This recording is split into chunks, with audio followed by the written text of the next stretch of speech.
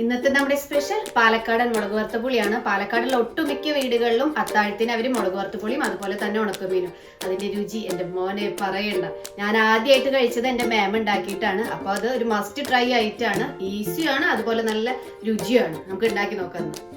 Welcome to our channel homely meals. നമ്മുടെ മുളക് വറുത്ത പുളിയിലേക്ക് വേണ്ട ഐറ്റംസ്: വെളിച്ചെണ്ണ, കടുക്, ഉലുവ, ഉണക്കമുളക്, ഒരു നെല്ലിക്കാ വലുപ്പത്തിലുള്ള പുളി വെള്ളത്തിലിട്ട് വെച്ചിട്ടുണ്ട് ചൂടുവെള്ളത്തില്, പിന്നെ ഉപ്പ്, വേപ്പില, പച്ചമുളക് ചെറുതായി അരിഞ്ഞത്, പിന്നെ ഒരു 10 ചെറിയുള്ളി ചെറുതായി അരിഞ്ഞത്. പാൻ ചൂടായിട്ടുണ്ട്. അപ്പൊ നമുക്ക് ആദ്യം വെളിച്ചെണ്ണ ഒഴിച്ചു കൊടുക്കാം. വെളിച്ചെണ്ണ ചൂടായി വന്നിട്ടുണ്ട്. അപ്പൊ നമുക്ക് ആദ്യം കടുക് ഇട്ട് കൊടുക്കാം.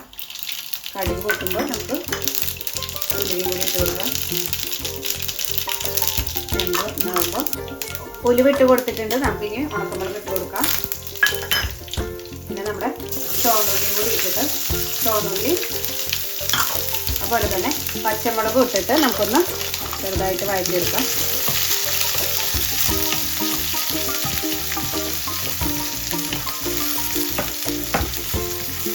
നമുക്ക് വേപ്പില ഇട്ട് കൊടുക്കാം. ഇനി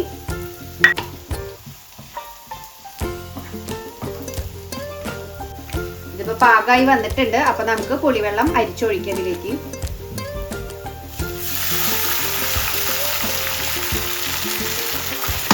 നമുക്കിതിലേക്ക് ആവശ്യത്തിനുള്ള ഉപ്പിട്ട് കൊടുക്കാം.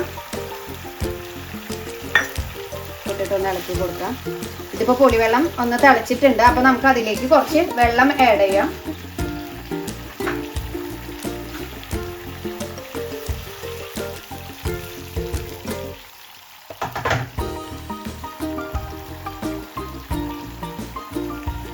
ഇപ്പൊ തിളച്ചു വന്നിട്ടുണ്ട്. ഇത് റെഡിയായി.